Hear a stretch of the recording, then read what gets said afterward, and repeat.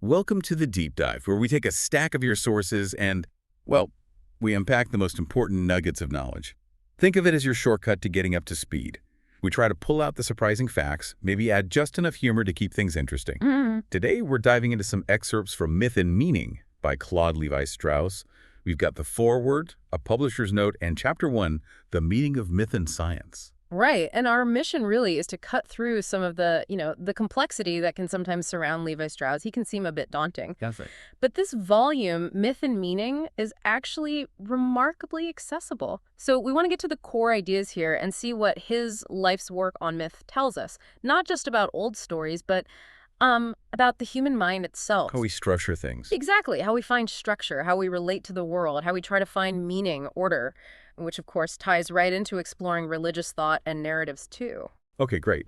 Let's jump into the material you shared. And yeah, you can't really start talking about Levi-Strauss without mentioning his public image. There's that great story in the foreword. Oh yeah, the Berkeley anecdote. It's perfect. He's waiting for a table, right? Uh-huh. Hostess asks his name for the list. He says, Levi-Strauss. And she just stops, gets this wide-eyed look and asks, Oh, wow. The anthropologist or the genes? I love that. It sums it up perfectly, doesn't it? Famous, yes, but maybe a bit abstract compared to, well, denim. A global brand, yeah. Exactly. So born 1908, major professor in France, founder of structural anthropology.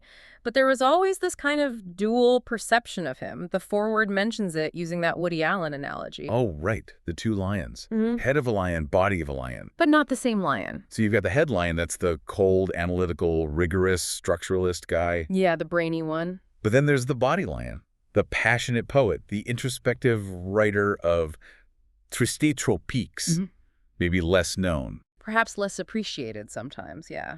It's a paradox within the man himself, which feels, totally fitting for someone so focused on paradoxes and dualisms in human thought. And that focus on pairs, on opposition, that really is the heart of his big idea about myth, isn't it? Absolutely. He argued that mythology is fundamentally dialectic. It's how the human mind, everywhere, tries to make sense of the messy, raw, often chaotic data that nature throws at us. Okay, so nature's confusing. Contradictory stuff happens. And our minds try to create order using stories, using myths. Precisely.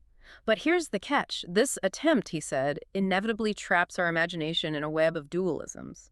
Think about how we constantly categorize the world. Life versus death. Raw versus cooked. Nature, culture, male, female. The list goes on. And these categories often popped up in religious contexts too, right? Sacred, profane, light, dark, order, chaos. Exactly the same process. These are the conceptual boxes we build, and they always exist in pairs, creating tension. Life and death are fundamentally opposed, right? Yeah, clearly. So what does the mind or the myth-making process try to do? It introduces a mediating term, something to try and bridge the gap, resolve the tension. Like trying to bridge male and female with the idea of androgyny. That's a classic example he uses. But does the bridge actually solve the underlying opposition? According to him. No. Not really. He says that mediating term like androgyny, it just becomes one half of a new dualism. Now, you might have, say, androgyny versus sexlessness. Oh, I see. So you just create another pair of opposites. And it just keeps going. Ad infinitum. Yeah. You're constantly creating new conceptual oppositions without ever fully resolving that original tension. Wow. Okay. So you're kind of stuck in this endless cycle of dividing things up. Sounds tiring. Huh, maybe. But he saw myth as a form of language, and he argued that language itself pushes us towards using these dualistic grids, these dichotomies, to try and make sense of things. We simplify by dividing. But why are we so drawn to splitting things in two? Is it just language doing that? He thought it went deeper, much deeper, right down to our basic biology. He points to the binary nature of the brain, right hemisphere, left hemisphere. 2 eyes, 2 hands. Exactly. We are, as the source puts it, split creatures literally by nature. That's a really striking phrase. Our physical makeup kind of sets us up for this way of thinking. That was his argument. And because of this inherent duality, he suggested we tend to process information almost like a simple digital machine.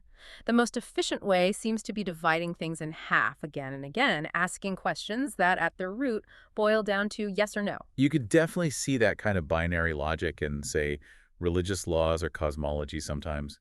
Clean distinctions. Right. So you take the messy world, your binary mind chops it up using these opposing pairs, and you end up with pieces. What did he call those pieces again? The mythemes. Mythemes, exactly. He borrowed the idea from linguistics, from Jacobson's phonemes, the basic sound units of language. Mythemes are like the conceptual atoms of myth, the smallest bits of meaning you get when you break a story down structurally. Kind of like the DNA of a narrative, the core units you can rearrange. That's a great way to put it, and he pictures myths like everyday tools, things in constant use. They break, they get fixed, lost, found again. And the person doing the fixing, the recycling of these mythemes into new stories, that's the bricoleur. Yes, the bricoleur, a term he really made famous. It translates roughly as handyman or maybe tinkerer. The English equivalent mentioned is rag and bones man. The one who makes something new out of whatever scraps are lying around. The source uses that amazing Yeats quote here. Oh, yeah, about mythemes being made in the foul rag and bones shop of the heart. It's so evocative. It really is. It highlights that storytelling is this ancient process of recycling. Each piece, each mytheme, carries its history, its previous associations, into the new configuration, which helps explain why you find similar patterns, characters, plot points cropping up in myths and, religious traditions all over the world. They're drawing from a shared toolbox. Now, he laid all this out in incredible detail in his huge work, Mythologiques. 4 volumes, right? 60s and 70s. That's the magnum opus. And the English title was Introduction to a Science of Mythology. But the foreword here in Myth and Meaning says something important about that title. Yes. Apparently, he told the forward author that the English title was, well, a bit of a mistranslation by the publisher. It kind of locked in this idea that he saw himself purely as a scientist, that his structural formulas were just automatic grids. Which is funny because didn't he insist the main metaphor in Mythologiques wasn't science at all, it was art? Absolutely. He kept saying it was music patterns, fugues, symphonies. He always maintained you can only truly translate a myth with another myth, not a scientific formula. And you see that more artistic, introspective side in his earlier book, Trisutropie. Oh, definitely. From 1955, the source says it basically invented a new kind of anthropological, writing, lyrical, personal, rescuing the field from what he saw as overly dry scientific posturings. So he wasn't afraid to get into the messy stuff. Eating, killing, marrying, what the source calls the messiest, juiciest aspects of human life. Things that are absolutely central to myth, ritual, and often religion. And he believed every myth, deep down, is driven by this obsessive need to solve a paradox that cannot be solved. So while some critics accused him of just reducing myths to logical charts... Like he was taking the magic out. Yeah, but the forward author argues he was actually doing the opposite, illuminating those deep human ambivalences, the uncomfortable contradictions we live with. Paradoxes, it says, were his white whale, like Ahab. He couldn't leave them alone. Which brings us to the chapter title, The Meeting of Myth and Science. Given his views on art and paradox, how did he see the relationship between myth and science? Was he anti-science? Not at all. He's very clear about that in the chapter. He says he reads Scientific American faithfully, wants to stay informed. His position isn't negative towards science, far from it. So he wasn't saying, let's ditch science and go back to myth, which the publisher's note hints could be a misreading. No, nothing like that. It's much more subtle. He thinks we might have lost something valuable from what he calls mythical thought, or the logic of the concrete, that way of thinking that's deeply tied to the senses, to the material world. Things we could maybe benefit from regaining. Perhaps. But his main point, his strong feeling, was that modern science isn't actually moving away from that kind of thinking anymore. It's starting to reintegrate those aspects, moving towards mythical thought, in a way. Towards mythical thought. How does that work? Seems like the opposite of what science usually does. Well, he points to that big historical split, the divorce, he calls it, in the 17th, 18th centuries. Bacon, Descartes, Newton. The scientific revolution. Right. And to establish itself, modern science had to turn its back on the sensory world, what we see, smell, taste, touch. That was considered unreliable, delusive. The real truth was mathematical, abstract, purely intellectual. So science cut itself off from the concrete sensory world that myth lived in.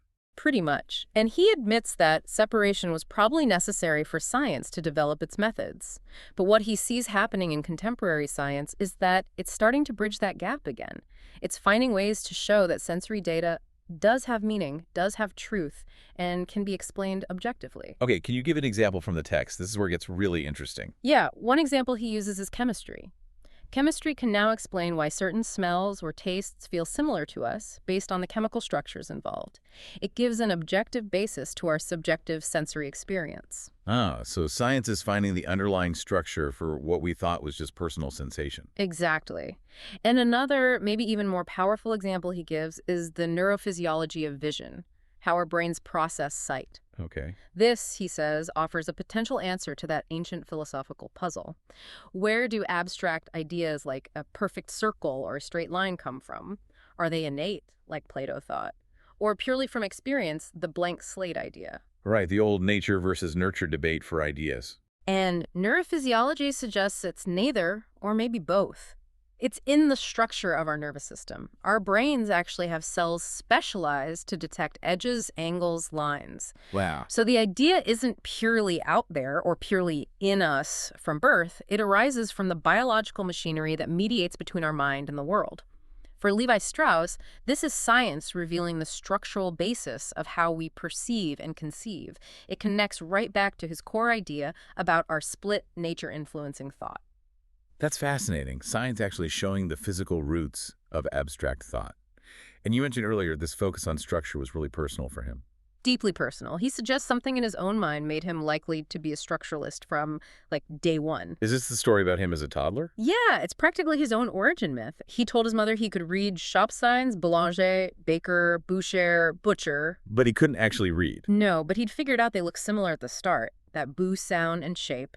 He'd spotted an invariant element beneath the surface differences. The underlying pattern again. Exactly. He says basically that's all structuralism, is that quest for the invariant. It drove him his whole life. He saw it in geology as a kid, the same layers showing up in different landscapes. History embedded in the land. Right. And later, as a teenager, drawing opera sets and costumes, he saw that as trying to translate between different codes, the music, the story, the visuals, finding the common structure across different systems. So for him, structuralism wasn't just some theory he cooked up. It was like the natural way his mind worked. It seems so. He even downplayed its novelty, calling it a pale imitation of what the hard sciences always did. He said science works in two ways. Reductionists, breaking things down, or structuralists, looking at relationships and complex systems you can't easily break down. That's what linguistics and anthropology had to do. And he saw these structural patterns echoed in nature itself. Yeah, he argued nature seems to use a limited toolkit of procedures that reappear at different levels. He pointed to things like the genetic code, using terms from language translation, reading frame, not saying culture is nature, but that there are deep formal similarities in how complexity gets organized. So what was the driving force behind all this personally? Why does he tackle these huge, complex subjects? It sounds almost simple when he puts it. He was bothered by irrationality. He just wanted to find order behind the apparent disorder. He said he went into anthropology partly to get away from philosophy, and boom, first thing he runs into are these incredibly complex, seemingly meaningless marriage rules. But they kept reappearing in different cultures. Exactly, which suggested to him they weren't meaningless. There had to be some underlying logic, something non-absurd driving them. And he saw the same problem later with myths. Precisely. Wild, arbitrary, nonsensical stories. But they pop up all over the globe. He was convinced that had to mean something. There was an underlying order to be found. His goal was simply to find it. And finding that order was, for him, the same thing as finding meaning. Absolutely. He said it's impossible to even think about meaning without order. His definition of meaning wasn't mystical. It was simply the ability of some data to be translated into a different language on another level. And translation requires rules. So meaning equals rules equals translation. To speak of rules and to speak of meaning is to speak of the same thing. That's his line.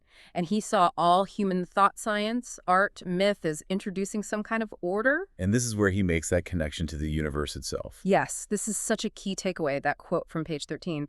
This basic need for order in the human mind probably exists because there is some order in the universe, and the universe is not a chaos. That's a huge statement. Our internal drive for order might actually reflect external reality. It really resonates with a lot of religious thinking, too, the idea of a designed, ordered cosmos, not just randomness. He's finding a reason through myth to believe the universe is in chaos. Which brings us nicely to why this specific book, Myth and Meaning, is seen as so special. Why it has this clarity and personal feel we've been talking about. Right. The source explains it started as radio talks he gave in English for the CBC in Canada back in '77. And the fact it was spoken, not written, and in English, not French, that made a big difference. Yeah, he was quite candid about it. He said speaking English forced him to simplify very much because it is too complicated for me to explain this in English. He couldn't do the usual French intellectual triple trapeze flips, as the foreword calls them. He had to work with a verbal net, keep it simpler, more direct. And paradoxically, that simplification let his ideas come through with incredible force and personal commitment. It kind of embodies his own ideas about primitive thought, doesn't it? Thinking without writing, relying more on direct perception, the logic of the concrete. Exactly. Maybe this oral, spoken English text captures some of that directness he admired. It feels much more intimate, more endearing than his big scholarly works, almost like Triste Tropique again. So this book really pulls together those two sides of Levi-Strauss, the analyst and the humanist, like that camera coming into focus image from the forward. It tackles the paradoxes directly. It really does. Myth versus science, myth versus history, music, primitive versus civilized. It shows you the mathematical Mr. Hyde and the lyrical Dr. Jekyll working together. And that tension between studying specific tribes in the Amazon, but making these huge universal claims about how all human minds work. Yeah, the closet universalist idea. He was maybe a bit wary of sounding like Jung, but here he really comes out of the universalist closet. Ideas like the basic need for order, the universe having order, they're pretty archetypal, really, which is vital for comparative work, like in religious studies looking for those cross-cultural patterns. And it tackles the criticism that his structures were ahistorical, floating outside time. It does. While structuralism often looks at the synchronic, the timeless pattern, he argues here for both aspects diachronic, how things change over time, and synchronic. The source mentions his book Hair, Lips, and Twins as an example where he traces myth development historically. What about the complaint that his final formulas felt anticlimactic, like they drained the life out of the myths? The foreword addresses that head on. It makes the point that Levi-Strauss reveals layers and layers of meaning before he gets to the abstract formula. The real value isn't just the end point. Right, the analogy of the woman on the bus. Get off one stop before I do. Don't ride his bus all the way to the final bare-bones formula. Jump off earlier. Engage with the rich analysis, the connections, the clues, the transfers he uncovers along the way. So the journey of the analysis is the key thing. That's the idea. And even while searching for the invariant, the system allows for different themes get inverted, myth themes arranged differently. And those personal stories in this book, the toddler reading signs, the opera designs, they're not just anecdotes. They become like founding myths of structuralism themselves. Exactly. They give you a feel for the man behind the method, help you grasp him beyond the myth themes. It really sounds like this book is the key to unlocking his thought. The forward author saying if you had to explain Levi-Strauss standing on one foot, you'd just read from myth and meaning. It's definitely seen as the most accessible personal entry point into his whole life's project, understanding the human mind through myth and culture. So wrapping this up, what does this deep dive into myth and meaning really offer you, the listener? Well, I think it gives you a really lucid way into his major ideas. That fundamental quest for order in our minds, and maybe in the universe too. The binary, dualistic way we tend to think, the idea of myth themes as the building blocks of stories, and his nuanced take on how different ways of knowing myth, science, art, history relate to each other. It makes you think differently about things we might dismiss as weird or random, like obscure marriage rules or bizarre myths. They might actually have these underlying structures that tell us something deep about being human, about the cognitive tools we all use. Yeah, it definitely challenges you to look at your own mind, how you structure the world with categories, and to wonder if the apparent chaos out there or in ancient texts maybe isn't so chaotic after all. Maybe there are deeper patterns rooted in how all humans think. Okay, so this deep dive into Claude Lévi-Strauss's myth and meaning really highlights how he managed to convey these complex thoughts with such unusual clarity and personal insight in this particular book. Yeah, he walks us through that binary structure of thought, the myth-theme building blocks, and his really interesting view on how science and other ways of knowing might be, well, coming back together, driven by that shared human need for order. That lifelong quest for order in myths, in culture. It shows this deep curiosity about what makes us tick, what makes us human. And here's a final thought to maybe chew on. If Levi-Strauss is right, if our deep need for order reflects some actual order in the universe, what other parts of our inner experience, our subjective lives, might be mirroring the outside world in ways we haven't even thought to look for yet? Definitely something to ponder as you continue your own deep dives. We hope this exploration of myth and meaning has sparked some ideas.